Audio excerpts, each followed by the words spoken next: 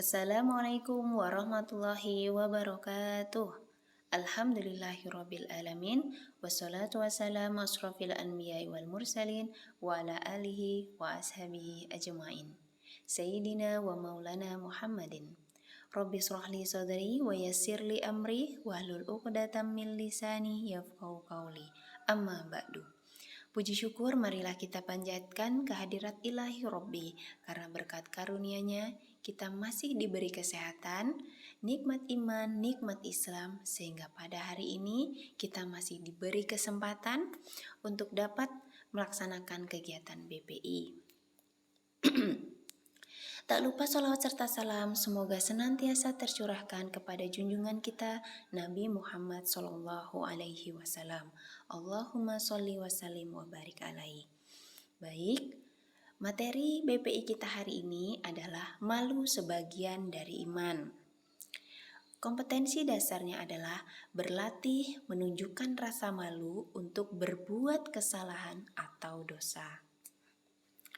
Tujuan pembelajaran kita hari ini yang pertama, memahami keutamaan dari rasa malu. Kedua, menerapkan rasa malu yang benar. Dan ketiga, mengetahui hikmah dari rasa malu.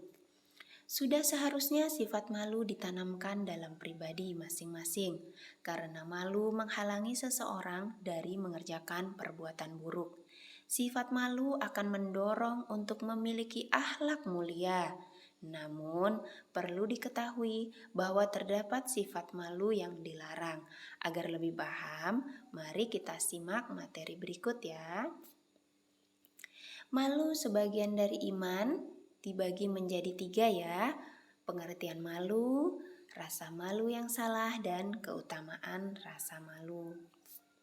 Nah, di antara kemuliaan ajaran Islam adalah mengajarkan pemeluknya untuk bersikap baik dan santun kepada semua orang, menghiasi pribadi dengan hiasan takwa, seperti malu apabila melakukan kesalahan.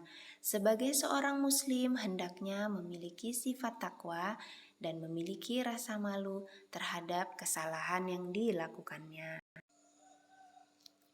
Pengertian malu.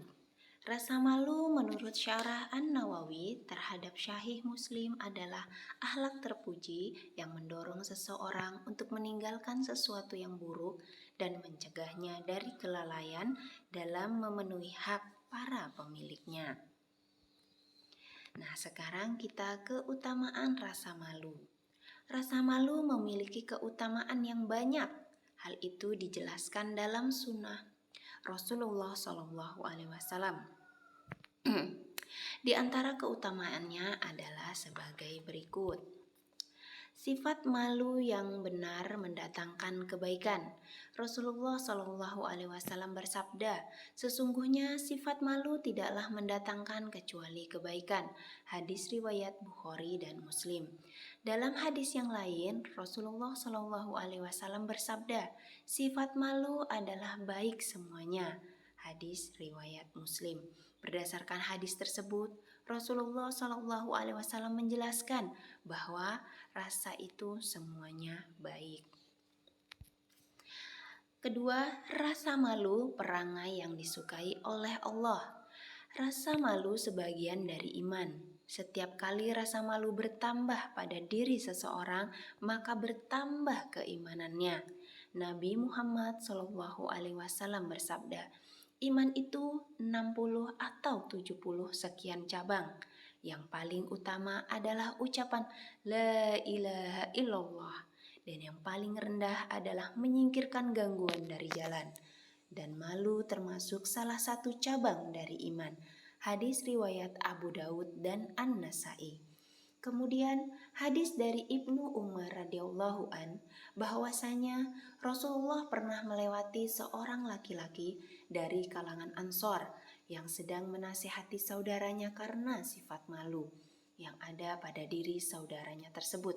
Maka Rasulullah bersabda, rasa malu mendorong pelakunya untuk istiqomah di atas ketaatan dan meninggalkan kemaksiatan. Keutamaan rasa malu yang ketiga adalah membawa pelakunya masuk ke surga.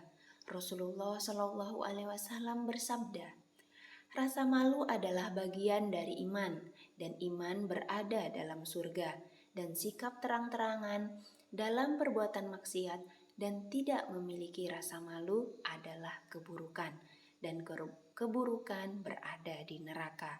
Hadis riwayat Tirmizi. Sesungguhnya kalian harus malu kepada Allah Subhanahu wa taala.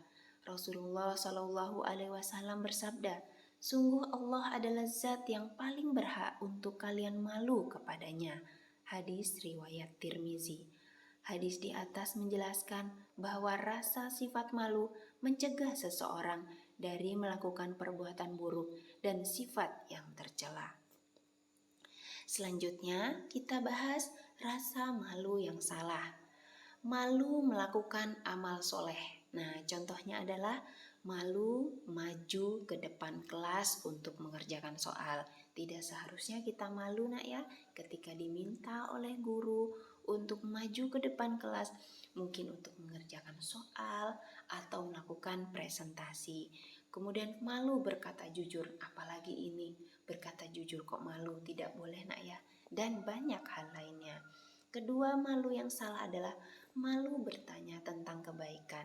Nah, contoh, malu bertanya tentang kebenaran agama Islam, seperti tata cara puasa dan lain-lain. Tidak usah malu, tidak apa-apa kalau memang kita tidak tahu dan kita ingin tahu, ya ditanyakan saja, ya kan? Oke, selanjutnya kita menambah wawasan nak ya. Sifat malu perlu ditampilkan seseorang dalam beraktivitas sehari-hari.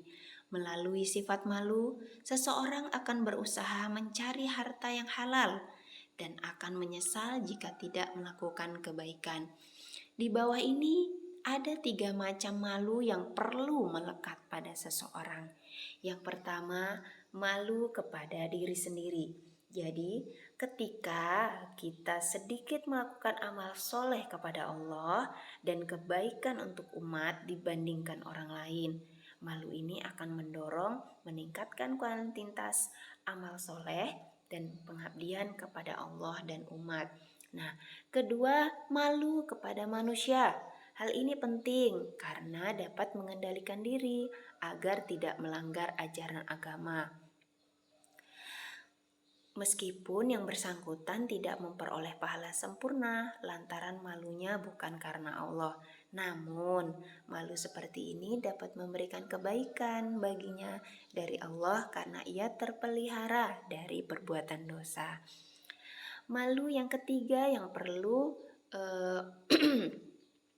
ada atau perlu melekat ya adalah malu kepada Allah Subhanahu wa taala. Malu kepada Allah adalah malu yang terbaik dan dapat membawa kebahagiaan hidup. Orang yang malu kepada Allah tidak akan berani melakukan kesalahan dan meninggalkan kewajiban selama meyakini Allah selalu mengawasinya. Baik, itu saja ya yang dapat Ustazah sampaikan dalam materi hari ini. Semoga dimudahkan. Ustazah mohon maaf bila ada salah-salah kata dalam penyampaian. Ustazah akhiri. Wassalamualaikum warahmatullahi wabarakatuh.